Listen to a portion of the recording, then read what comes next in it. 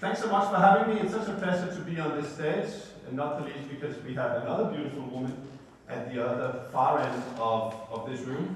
But it's certainly a pleasure to be in front of such a big number of talents, upcoming entrepreneurs, I hope.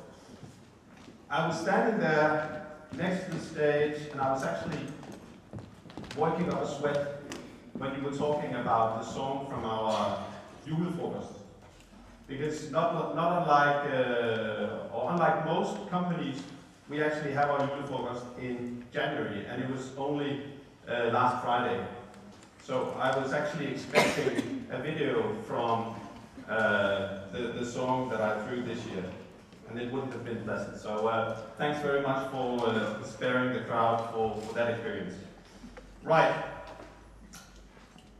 I was told by the Venture Cup guys that I could basically talk about whatever I wanted, so that's great. But first of all, that's a nasty picture. First of all, a little advertisement and a few words of my own background.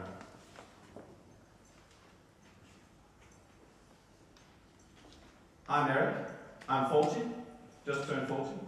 I've been working for about 15 years in various sectors: management consultancy, renewable energy, gaming, as you said. Lived in Vegas for just short of 3 years. And for the past 4 years, I've spent my time day and night in internet and e-commerce. So, and most of those years, at least 10 out of 15 working as an executive. I've lived in France, Belgium, and the US, and I've done transactions basically all over the world: Osaka, Bangalore, Vegas, Bogota, and several places in Europe. And I actually did finish my degree in CBS, so it's not required for an entrepreneur to drop out of university. Right, so currently I'm involved in quite a number of projects, of which I've selected 4, and I'll go through them very briefly. This is not what I'm here to talk about, but obviously they are my babies, and the babies of my co-partners. Billetto, some of you may know Billetto.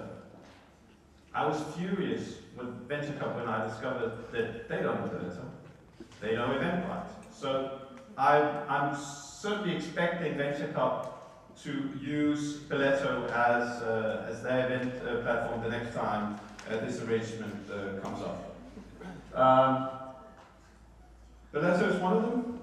The second one, Takeoffer. Takeoffer is it started out as a travel deal site, and now with more than 350,000 members in Denmark alone, we are basically shipping about 10,000 people every year to destinations in Denmark and all over the world. And Takeoffer is developing into what we call the travel community. My baby of them all, Downtown, I'm the, we say in Danish, caliph of this company. I co-founded it, and I've been in the CEO chair from the get-go. We have more than 40,000 transactions each month, and I just did some brief math on Downtown and Takeoffer, and I arrived at a number that we've saved the day for just about $500 million Danish kroner since we launched Downtown and Takeoffer. So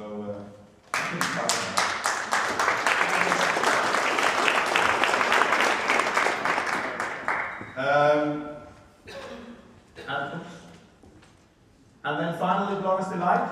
Some of you may know it, and it's interesting that you should mention our female demographic, because for sure all of our platforms, and this is obviously not random, all of our platforms primarily address women. All in total, if we add all the users from Bloggers Delight and the members from the other platforms together, we host just about 1.2 million members primarily in Denmark. So we partnered with venture capitalists, with angel investors, but we've done all the groundwork ourselves, so working our way up from scratch, and we are now employing just about 125 people. At least we saw 122 people last Friday, all singing along to my song. What I basically wanted to show you, other than brag about what we've accomplished in about 4 years, is that you don't have to own your own business at the age of 8 to become an entrepreneur. I like these stories about people who've actually done this from, when they were wee small. But I started out fairly late doing this, and it just shows you that nobody really knows what it takes to become an entrepreneur. But what I'd like to talk about today is basically the prerequisites of becoming an entrepreneur, a successful entrepreneur in business and in life in general. So I'd like to invite you to listen to my 7 lessons. I know you're texting and you want your specific competitor to win, but I've chosen what I believe are the 7 ground rules, the 7 lessons for entrepreneurship. And I have no time to mention the other ventures that we're involved in, so you can just look at the logos while we flip through. Have a look at this word cloud for just a second. Basically, people will come up with quite a few different reasons to what matters when becoming or when deciding to become an entrepreneur. Some say customer focus, some say technological savviness, some say business experience, and maybe all of you sitting here believe that it's all about the idea because this is an idea competition. And that may all be true, but I've selected 7, as I said, 7 ground rules. So let's get to it. We'll head straight on to the first one.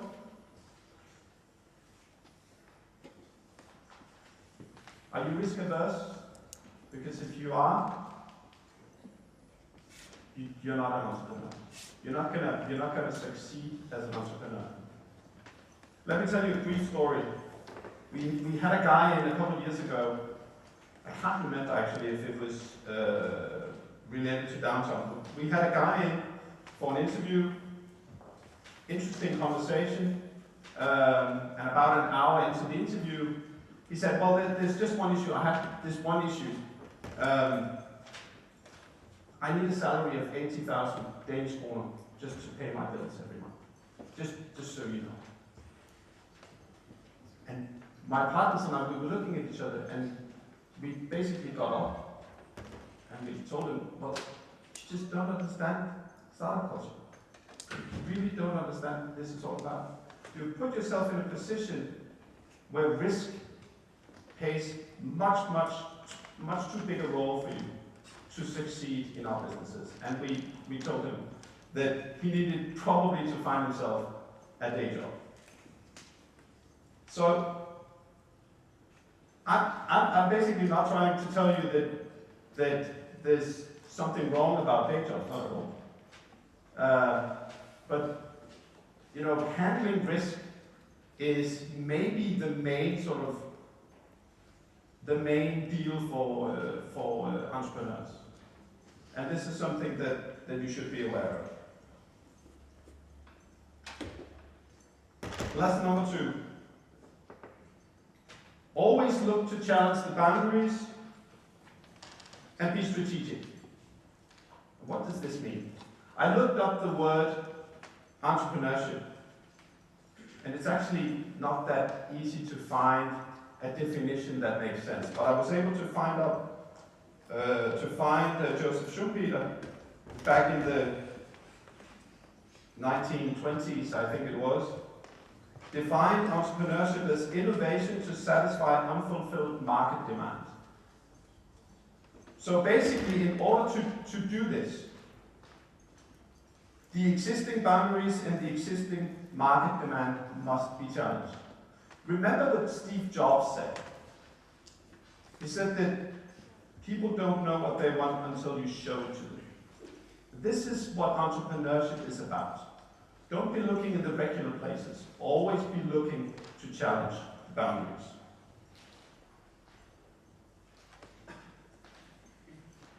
Lesson number 3. How much time do I have? Oh, you voted anyway, so. Lesson number 3. Find the right partners. Unfortunately, I didn't arrive until about an hour ago, so I don't know what the teams look like. But this is absolutely crucial. And this is something that I've valued for 4 years now. We set out a group of, I think, 9 partners from the get-go, and we founded the company sort of crisscross. But if you cannot find the partners, if you cannot succeed in combining competences, be it visionary power, or managerial power, or structural power, or negotiation skills, or experience, or whatever it is, you won't succeed. There are so few entrepreneurs who actually manage to succeed all by themselves. And a partnership requires trust. Back to the musketeers. Remember that you have to stand back to back to these guys. They will have your back. Otherwise, I doubt that you will you'll succeed. And just to make sure that you understand my point, I'm not saying that you will agree every single day with your partners. Not at all. You will agree. You will disagree on strategy. You will disagree on tactics, or whatever it is. But what is important for me is, and what has shown such a big asset for us at our partnership, is that we're aligned when it comes to doing things right. Just a brief example, in our partnership, we just don't speculate in tax schemes or offshore companies or anything like that. It's a common value that we share. It's not interesting to us. And I think it's important that you find people that share that same value.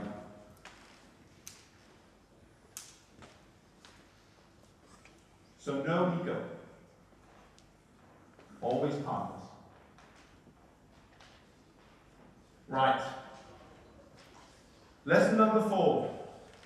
Trust is essential.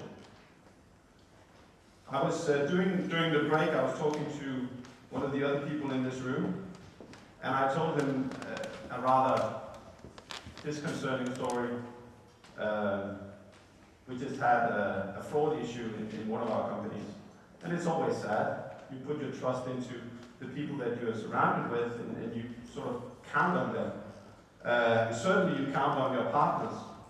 And certainly when you go to a very interesting business meeting, you count on the people sitting at the other side of the table not to reveal your secrets, not to start a company that will be directly competitive to what it is you're working with.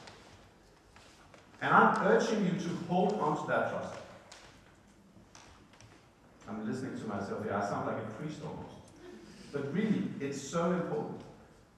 If you hold on, and our host was mentioning this just when I was sitting there half an hour ago. Trust is so important. So trust the people that you surround yourself with. Even trust some of the people that you're negotiating with. And yes, they will lead you in the, they will do something to you that's not very nice. We've tried it all. We've tried it with Downtown. We've tried it with Bloggers Delight. And it's going to happen. But as was said earlier, what's interesting is when people start copying you, it's because you're onto something. So please hold on. Lawsuits do not create value. Non-disclosure agreements do not create value. They don't. So forget about it and move forward.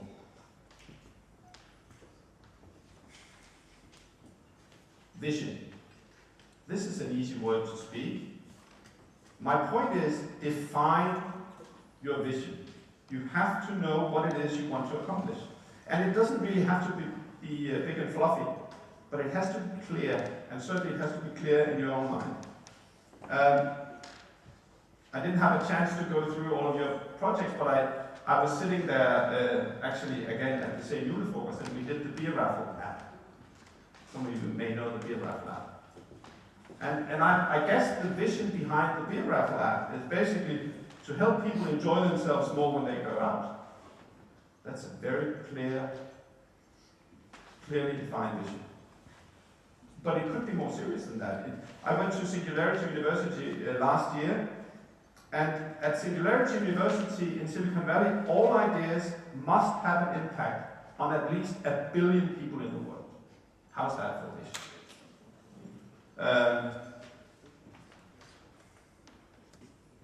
Right. Lesson number 6. And remember, there's only 7, so we're almost there. Never money first. If you're just looking to make money, that's all fine by me, but there are certainly easier ways to become wealthy than becoming an entrepreneur. It's much too difficult to make your money this way than, trading derivatives or whatever you can do to make a decent buck. When I made this slide, I couldn't help thinking about Evan Spiegel, the 23-year-old founder of Snapchat. I mean, I find it completely insane to turn down offers of, what was it, $3 or $4 billion? Facebook first and then Google. You sit there, you're 23 years old, you look, you go, completely insane. But what I like about it, and I think that proves my point, Evan Spiegel's first goal is not to become a billionaire. It's not.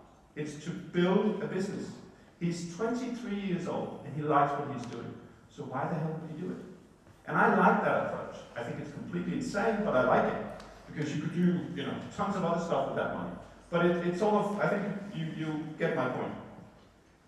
So, I mean, I have no problem at all. There's nothing wrong with a clear monetary ambition. But it doesn't ring with entrepreneurial spirit. That's my whole point.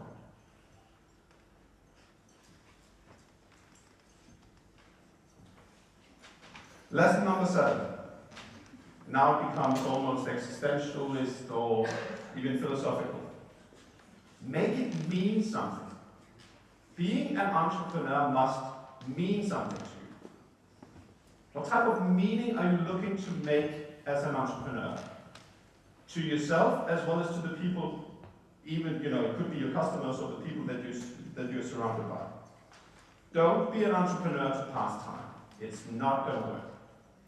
Don't be an entrepreneur because it sounds cool, or because you get to see all the email addresses of basically 50% of the girls in Denmark.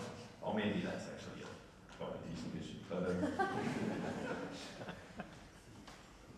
don't do it because you believe it provides you with a lot of freedom. Or maybe actually you should do this because it provides you with a lot of freedom. I consider this for a long time. It has to make sense to me. And I ask myself the question, why am I doing this? Why is this interesting to me?